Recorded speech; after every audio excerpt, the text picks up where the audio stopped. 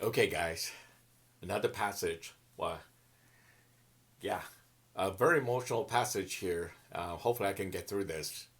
Here we go. An argument between my parents erupted one evening after mother learned that our passport applications were denied as a result of father's alleged political black mark. Mother pleaded for an answer. What exactly did you do? What did you do?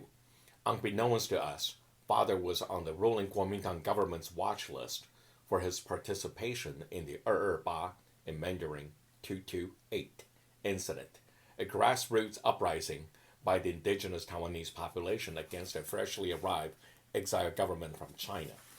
With his political black mark, not only was relocating the family out of the country questionable, the thought of relocating me, his only son, at age 15, without having served a compulsory 2 year military service was inconceivable. Father recounted his involvement in the February 28, 1947 uprising.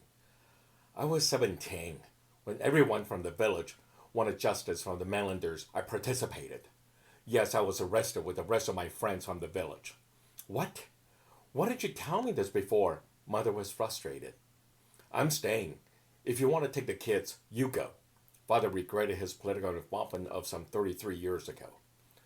Mother suddenly realized this explains those occasional visits by plainclothes policemen. Father shouted, Shall we divorce, huh? That will free you and the kids from my political black mark. Is that what you want? Well, what kind of talk is that? How could you say that? Mother shouted back. Frustration and resentment had risen to a boiling point between my parents. The heated quarrel kept me and Peggy in the sanctuaries of our own rooms. Months passed, and we saw fewer and fewer of our American friends. Uncle Harvey, what happened to Colonel Matano and Uncle Stanley? They went on temporary duty, TDY. You will see them again soon. My favorite U.S. Air Force captain comforted me without revealing his own imminent departure. One day after school, I saw our cleaning lady coming out of Uncle Harvey's apartment. Oba-san, Taiwanese dialect. Oh, lady, what are you doing? Ayo, I hit atoga bonsawa, di mama出来. Taiwanese dialect. Well, that foreigner moved. Your mother asked me to come clean this place up. I took a walk through my favorite American uncle's empty apartment. The faint smell of his cigar still lingered in the living room. Absorbed by extensive preparation for the upcoming high school entrance exam in June, I did not give Uncle Harvey's absence much thought. Surely he too went on TDY and would return soon. By July, we hardly saw any of Mother's Air Force colleagues anymore. Mom, Cherinder and I are going to check on the high school entrance exam results.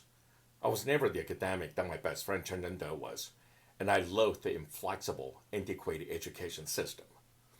Don't bother, Father said coldly. While I did not have high hopes of getting into prominent high schools, I hoped my grades were sufficient to enroll me in a technical school. John, we're leaving for America in September, Mother announced. What? Why? I mean, if it's about my grades, I can do better, I promise. I'll take the exam again next year. We don't have to leave. I vowed to redeem family honor. Peggy excitedly came out of her room after overhearing Mother. We're going to America? My sister was ecstatic and eager to put her American style education to practice. The decision to immigrate was made. Mother had implemented highly delicate financial and political maneuvers in the last 2 months through her government networks to dissolve the obstacles that stood in the way of my exiting the island nation. Yeah, and so that's how we left.